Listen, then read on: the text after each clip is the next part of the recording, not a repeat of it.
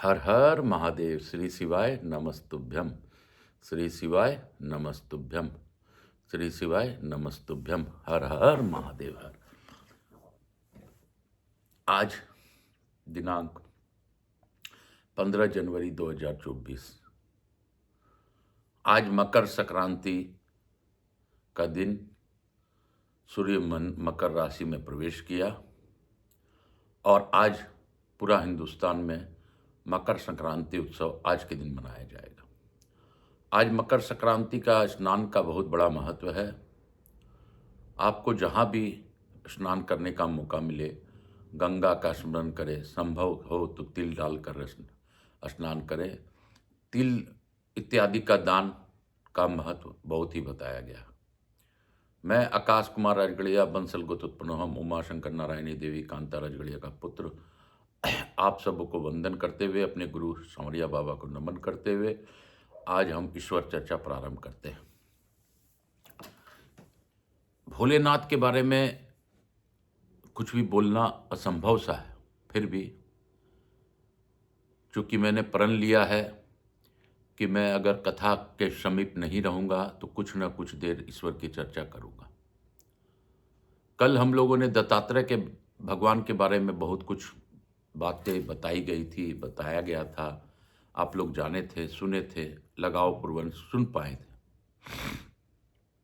दत्त देने वाले भगवान हैं, उनका साधना अवश्य करना चाहिए। उसी प्रकार आज सूर्य नारायण भगवान का दिन है। आज के दिन किया हुआ सूर्य अर्घ खाली नहीं जाता। सूर्य के नाम का स्नान का डुबकी खाली नहीं जानता, क्योंकि जल एक तीर्थ ही है और जल तीर्थ से स्नान किया हुआ के उपरांत जल का अर्पण करने से सूर्य नारायण भगवान बहुत ही प्रसन्न होते हैं। ओम श्री आदित्याय नमः, ओम श्री भास्कराय नमः, ओम श्री गोविंदाय नमः, ओम श्री गिरीश्वरियाय नमः इत्यादि कई मंत्र श्री सूर्य नारायण भगवान को उच्चारण के लिए कहा गया है।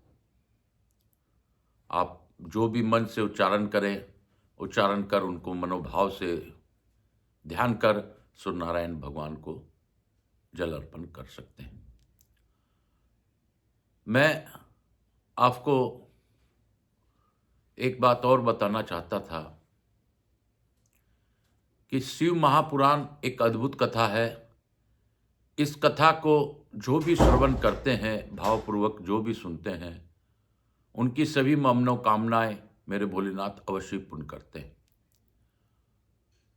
आप शिव महापुराण भावना सहित, भाव सहित किसी भी कार्य के लिए, उपयोग के लिए सुन करके और उसको आप मांग करके देखिए, मेरे भोलेनाथ अवश्य पूर्ण करते हैं।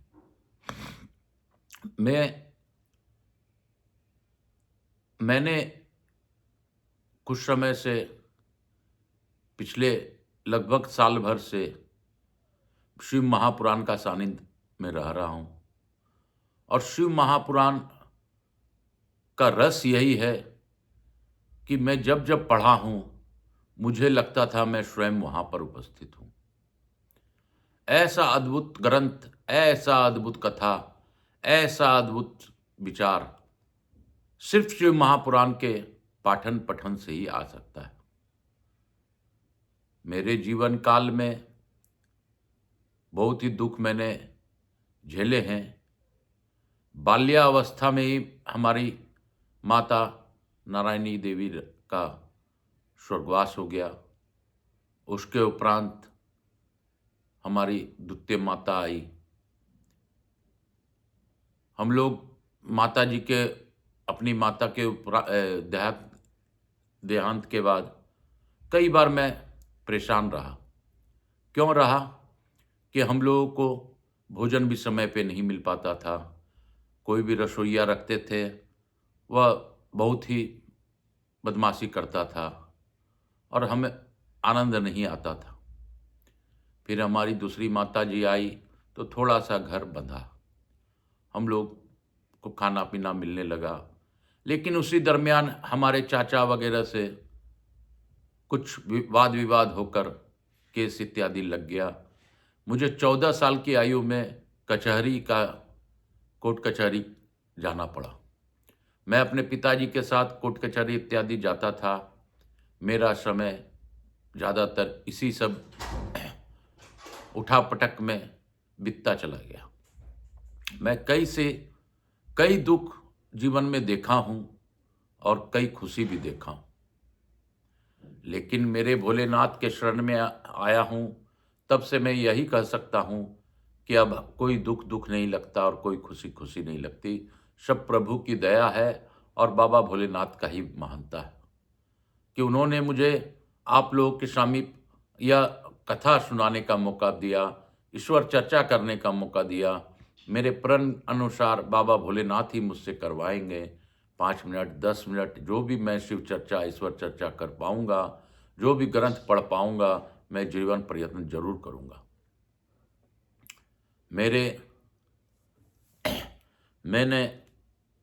मैं कोई कथावाचक नहीं, मैं सिंपल गृहस्थ आश्रमी हूँ और गृहस्थ आश्रम में रहकर अगर साधना कर सकता हो आदमी, तो इससे सरल और इससे अच्छा साधना कोई नहीं है। कभी भी यह नहीं सोचना चाहिए कि पंडित ही पूजा करेंगे, पंडित ही कथा करेंगे, पंडित ही यह करेंगे। सत्य तो यही है कि जिसने भी ग्रंथ का अनुसरण किया है, जिसने भी ग्रंथ पढ़ा है, वह महापंडित कहलाया है। पंडित जन्म से नहीं कर्म से होता है, क्योंकि कर्म आपका श्रेष्ठ होगा तो आप पंडित बन जाएंगे। अगर आप जन्म के अनुसार जाएंगे तो आज कई पंडित होते हुए भी नौकरी कर रहे हैं। क्यों कर रहे हैं? क्योंकि वह जन्म से पंडित हैं, कर्म से नहीं। कर्म से पंडित रहने से आदमी शिव भगवान का ध्यान करे, मनन करे, पूजा पाठ करे, तो ईश्वर खुद ही देखते हैं और उनको अपनी मार्ग खुद ही खोल देते हैं। मैं प्रयास कर रहा हूं कि कर्म अनुसार पंडित बन सकूं और आप लोग के सहयोग के बिना यह संभव नहीं है। मैं सिर्फ ग्रंथों का पठन पाठन कर आप लोग को कुछ रस बताकर, क्योंकि मैंने भी कई सत्संग सनातन संस्था इत्यादि से जुड़कर कई सत्संग इत्यादि सुना है, कई संतों के सानिध्य में रहा हूं। मैं अपने गुरु आचार्य संगीत कृष्ण जी महाराज सांवरिया बाबा के शरण में भी रहा हूं। उनकी कई कथाएं, भागवत कथाएं मैंने सुनी। तो भगवत रस, शिव रस, सब प्रकार का रस का कोई मूल मंत्र है तो वह भगवान का नाम है। मेरे भोलेनाथ का नाम आप जिस भी अवस्था, जिस भी रूप में लें, कभी भी व्यर्थ नहीं जाता। आप ब्रह्मा कहें, विष्णु कहें, महेश कहें, तीनों एक हैं।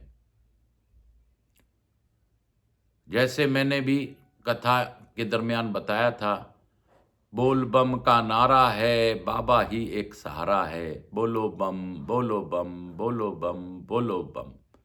बम क्या है? ब्रह्मा, विष्णु और महेश बम में ही है।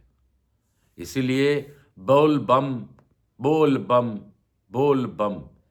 अगर कांवड़ उठाते भी हैं कांवड़िया, तो बोल बम का उच्चारण करते हुए ही जाते हैं।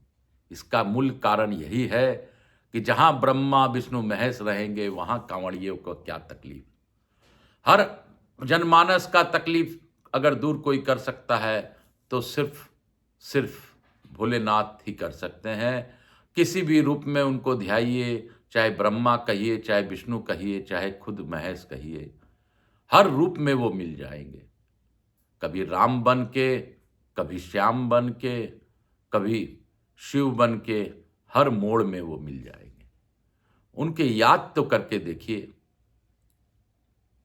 आपने महाभारत का प्रसंग द्रौपदी चिरहरण का देखा है, सुना है, टीवी इत्यादि में आपने देखा भी है। कई फिल्म भी बनी है, आपने उसको भी देखा है और सुना भी है।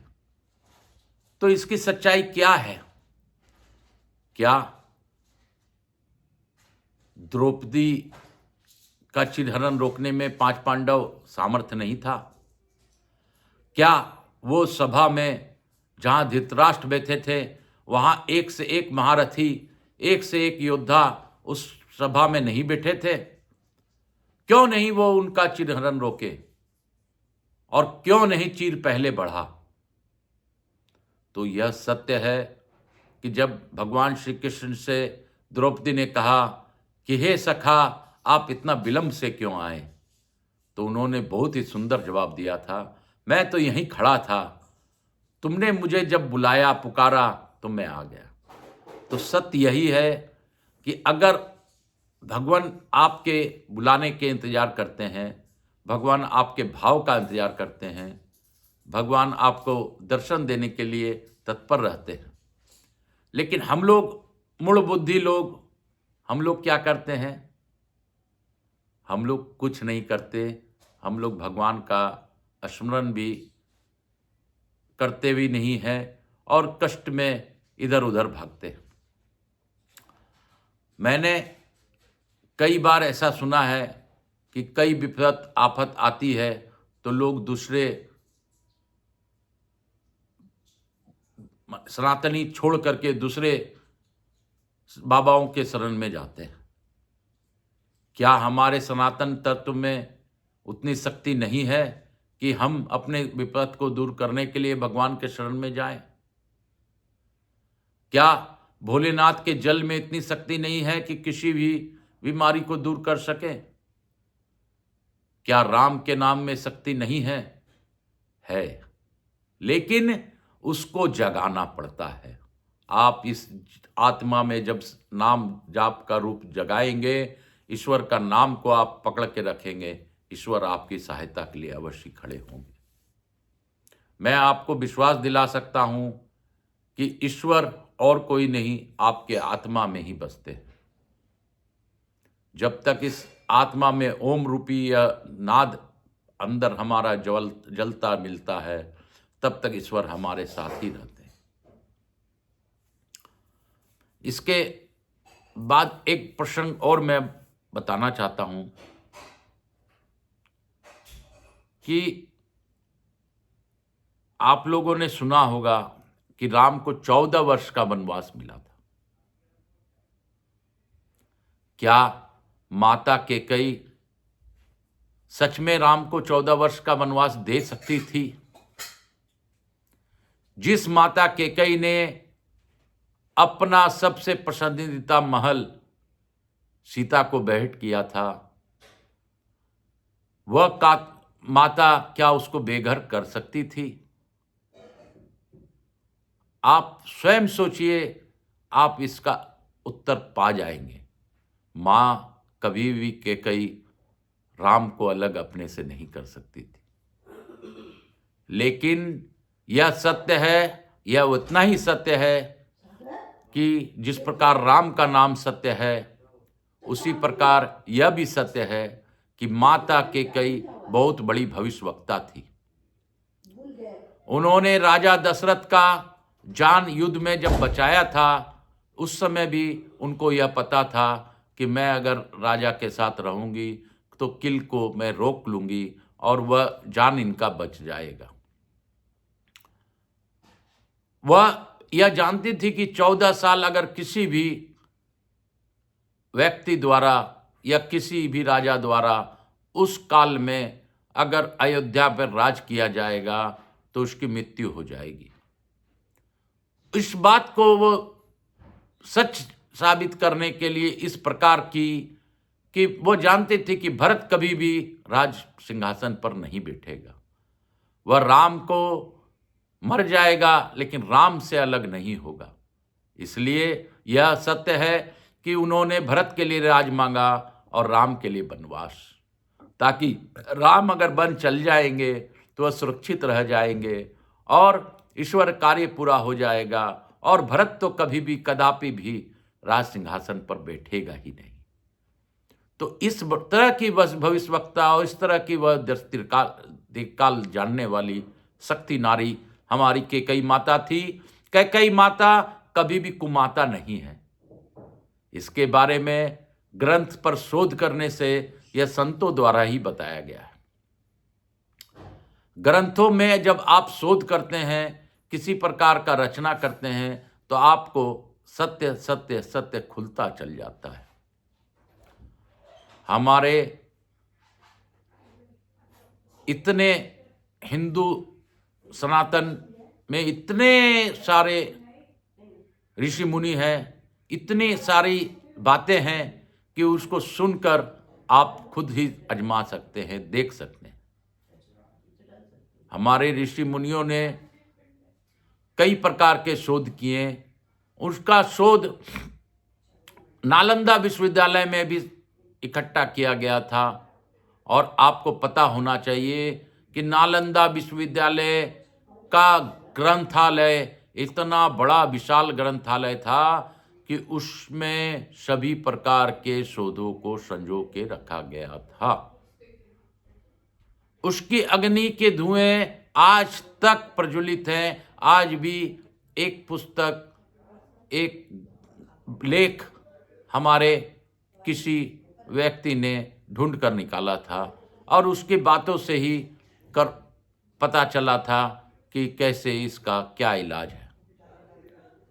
हमारे समय में कई प्रकार के अभूतपूर्व बातें हुई हैं। आज भी नालंदा विश्वविद्यालय के में शोध करने से बहुत सी बातें सामने आ सकती है। नासा और हमारा वैज्ञानिक तंत्र आज विश्वविद्यालय के कार्बन कॉपी को संजोकर कोशिश कर रहा है कि उसके शोधों को पुनः संरक्षण किया जाए। ऋषि मुनियों ने जितना बड़ा योगदान हमारे भारतवर्ष के लिए दिया है और भारतवर्ष में सनातन धर्म ने जित निभाया है, सनातन धर्म सबसे पुराना धर्म है जो नित्य नूतन इति सनातन। सनातन धर्म से ही सभी धर्मों का उत्पत्ति हुई है। इस्लाम धर्म सनातन से ही निकला हुआ है, ईसाई धर्म सनातन से निकला हुआ है, सिख भी सनातन से ही निकला है। लेकिन सिख और सनातन अलग नहीं है। लेकिन इस्लाम और ईसाई धर्म उसका विपरीत कार्य कर रहे हैं। सनातन से निकलने के बाद भी लोगों को गुमराह कर रहे हैं। फिर भी मेरे भोलेनाथ की कृपा है कि मैं आप लोगों को अपने विचारधारा को आपके साथ ला पा रहा हूँ। मैं आपसे थोड़ा सा प्रार्थना करता हूँ, थोड़ा सा आज नाम जप भगवान भास्कर देव के नाम पर करें और थोड़ा सा दत्त भगवान का भी नाम करें, क्योंकि मेरे परिवार में सुतक है और सुतक काल में भी दत्त भगवान का जप करने से ईश्वर तक कृपा पहुंचती है। तो मरने वाले की आत्मा को जल्दी सद्गति प्राप्त होती है। तो सबसे पहले हम लोग भोलेनाथ का थोड़ा सा जप करते हुए भास्कर देव को नमन करेंगे। ओम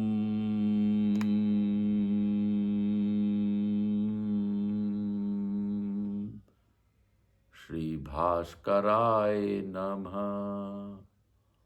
ओम श्री भास्कराय नमः। ओम श्री भास्कराय नमः। ओम श्री भास्कराय नमः। ओम श्री भास्कराय नमः। श्री शिवाय नमस्तुभ्यं हर हर महादेव। श्री शिवाय नमस्तुभ्यं हर हर महादेव। श्री शिवाय नमस्तुभ्यं हर हर महादेव। श्री शिवाय नमस्तुभ्यं हर हर महादेव। श्री शिवाय नमस्तुभ्यं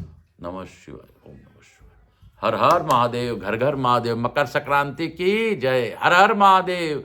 happy Makar Sankranti to all. हर हर महादेव। हर हर महादेव। हर हर महादेव। हर हर महादेव।